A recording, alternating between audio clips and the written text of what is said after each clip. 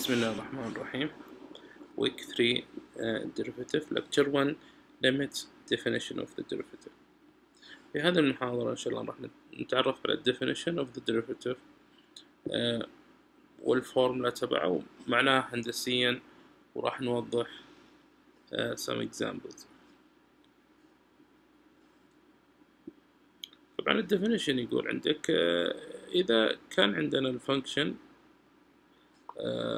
f of x، فإن ال f dash of x اللي هو المشتقة تساوي limit f of x plus h minus f of x مقسوم على ال h عندما ال h approach to zero أو تذهب إلى الصفر.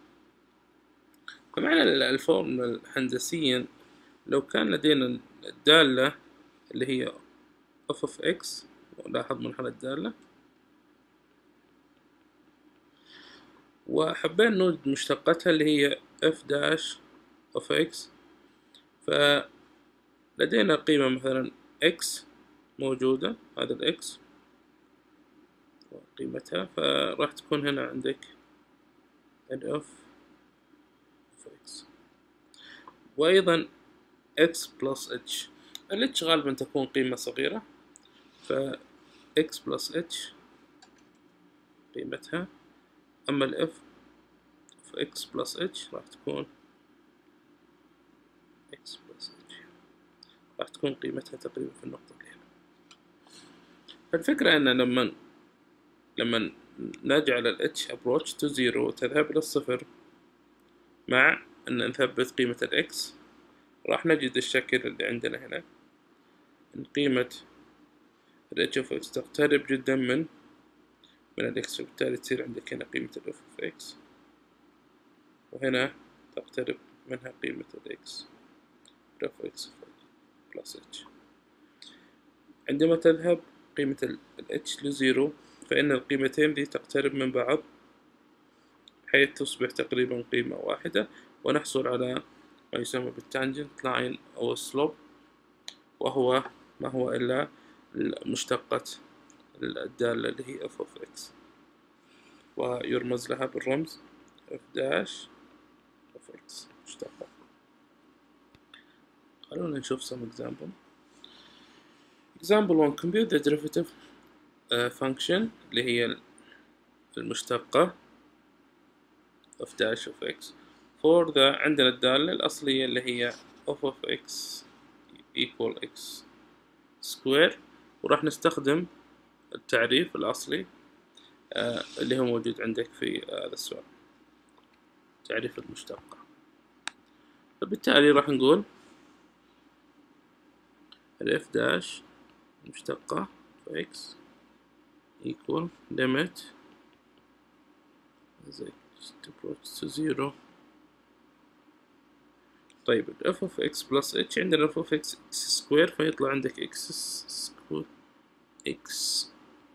plus h square minus ال f of x اللي هي قيمتها x square مقسوم على h. طيب الآن لو جينا نفك القوس اللي هو x plus h الكل سكوير، راح يطلع عندنا، شوف معانا، راح يطلع عندنا x سكوير plus 2xh، هذا بحسب التعريف، الأول تربيع زائد ضعف الأول في الثاني زائد الثاني تربيع. إذن هذه القيمة هي قيمة القوس مربع. فعندنا نكمل المعادلة للنهاية، ماينس عندنا x سكوير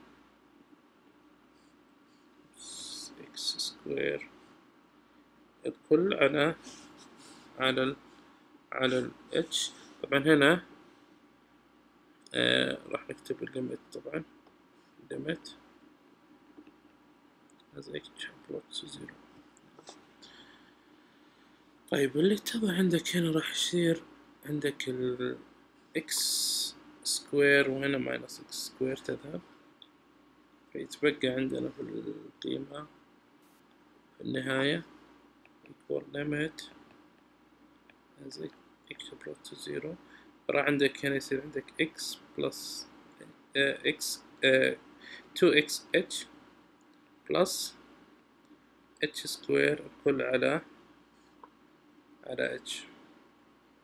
طبعا في اختصار، لاحظ انك عندنا هنا هذه القيمتين مقسومة على ال h، فبالتالي ممكن تختصر ال h مع ال h، وهنا هذه القيمة طبعا أيضا مقسومة على ال h، فراح يكون واحد من ال h سكوير مع ال h في المقام، فيتبقى عندك equal limit as x approach to 0. بقى عندنا هنا تقريبا 2x plus h. طيب الآن نيجي نشوف as h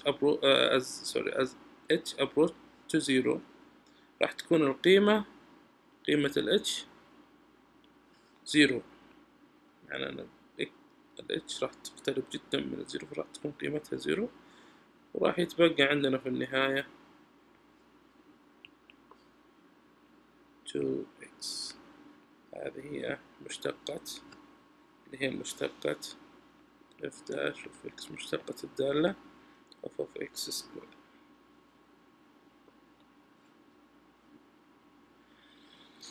Example to compute the derivative function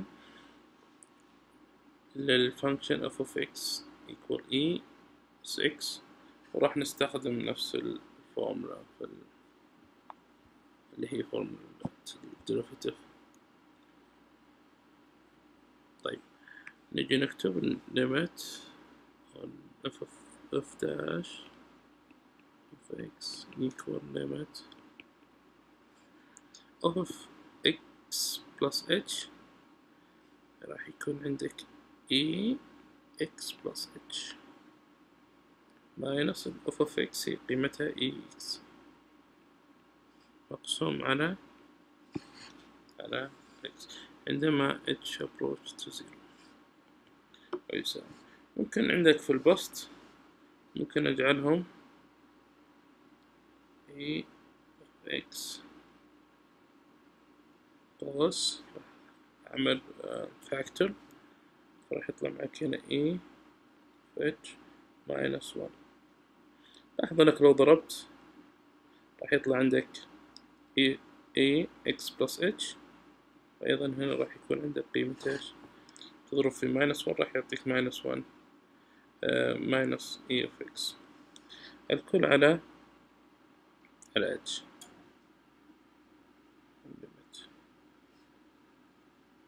limit هنا. طيب كتبتها مرة ثانية اللي هو limit 0 e x e h minus 1. طيب الآن لاحظ معي لما يكون هنا لما يكون ال h قيمتها قريبة جدا من الصفر أو 0، راح تكون القيمة هذه قريبة من الواحد، وأيضا القيمة اللي هنا راح تكون قيمة صغيرة جدا قريبة من الصفر. هذه القيمة تقريبا قريبة من الواحد، فهو واحد ناقص واحد تقريبا قيمة صغيرة، فالقيمة اللي هنا في البسط مع القيمة اللي في المقام قيمة صغيرة مقسومة على نفس القيمة أو قريبة منها القيمة الصغيرة، فراح يطلع قيمتهم أو نهايتهم راح تكون عبارة عن 1، لأن القيمتين تقريبا متساوية، فأي قيمة مقسومة على نفس القيمة مهما كان مقدارها راح يكون الجواب 1.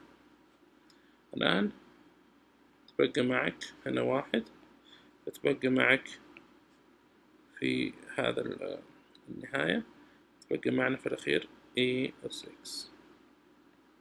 إذن هذا خاصية موجودة في خاصية يعني فريدة في الفانكشن of x e أس x، أن مشتقتها هي نفس الفانكشن، هي نفس الدالة.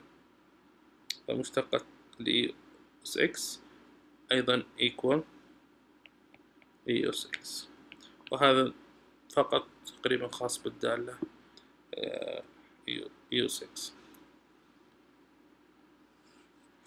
شكرا لكم، إن شاء الله أراكم المحاضرة القادمة. السلام عليكم.